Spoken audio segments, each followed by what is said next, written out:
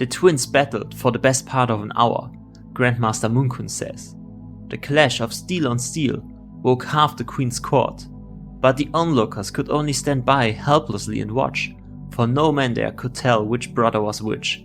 In the end, Sir Eric and Sir Eric dealt each other mortal wounds and died in one another's arms, with tears upon their cheeks. Just like most of the Dance of the Dragons, we are given multiple versions of the tale of the duel between the Cargyll twins, and what you just listened to was the account of Grandmaster Munkun. But let's first talk about what we know for certain.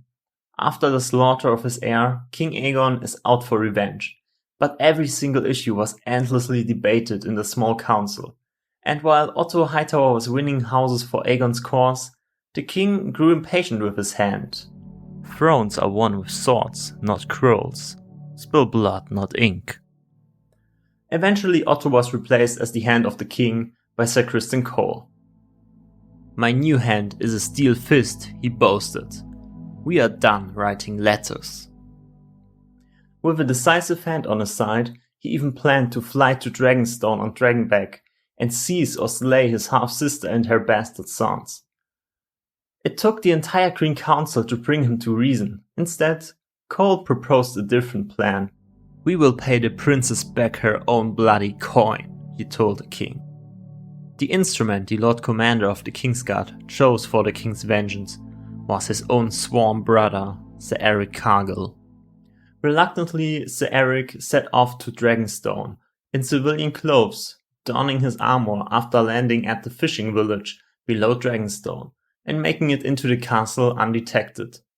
This is where the reports begin to diverge. While Grandmaster Munkun tells us that Sir Eric was after Rhaenyra, Mushroom, the dwarf fool who always gives us the most scandalous versions of the story, claims that he was sent to kill the remaining strong boys. As he made his way through the castle, fate would have it that Sir Eric would meet his twin brother. According to Munkun, they fought for nearly an hour during which none of the bystanders could tell them apart, until they finally dealt each other fatal wounds and died in each other's arms. The singers of Westeros favor the accounts of Grandmaster Munkun. According to their song Farewell My Brother, the brothers reassured each other of their love as they drew swords. Mushroom's recounting of the story, on the other hand, is much nastier. Shortly after accusing each other of being traitors, Rhaenyra's defender sliced off his brother's arm, sealing his fate. But as he went down, he plunged a dagger into Sir Eric's belly, causing 4 days of terrible pain and cursing of his brother, before he finally died. In the show, the order of the events leading up to the assassination attempt is slightly different. Criston Cole projects his own shortcomings onto Sir Eric, accusing him of failing to protect the royal family, of allowing his white cloak to be sullied, of having lost his honor. He offers him a chance to restore his honor. All he must do is end the impending war before it is too late, by murdering Rhaenyra. This happens while Otto is still Hand of the King. Although the king is delighted by Cole's initiative, Otto loses his temper because of it.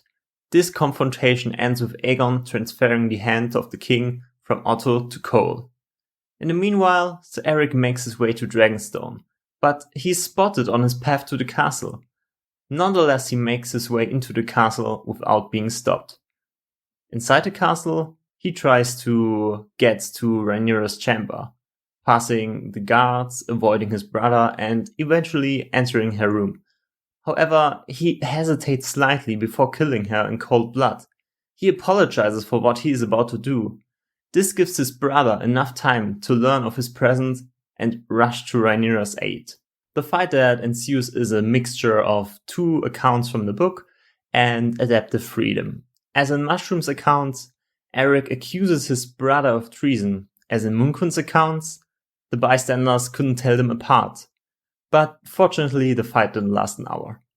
And just as in Farewell My Brother, the brothers assure each other of their love. But unlike any other account, Eric survives the encounter. But he can't live with the burden of having killed his own brother, and he leaps into his own sword. Overall, I'm very happy with the adaptation of the tale of the Cargyll twins. I don't take any issue with the rearrangement of the events in King's Landing. Their order isn't of great consequence. And the way they were done, they gave us two great scenes. One was the conversation between Cole and Eric, in which Cole lost his last shred of honor and dignity. There was still a chance for him to own up to what he has done wrong so far and regain some of his honor. But instead, he tries to deflect everything away from him and instead project his failures and his shortcomings onto Sir Eric.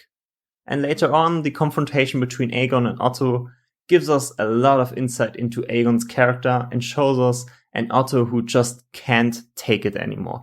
The incompetence, the ignorance, the arrogance of his great son.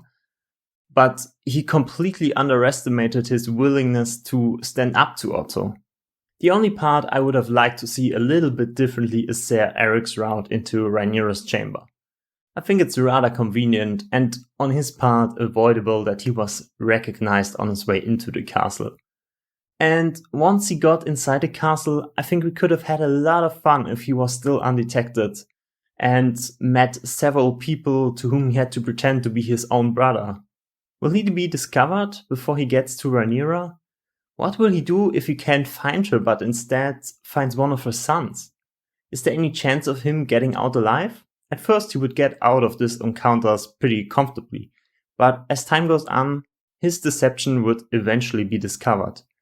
I think there could have been a lot of great tension in those scenes. As for the fight itself, I was quite happy again.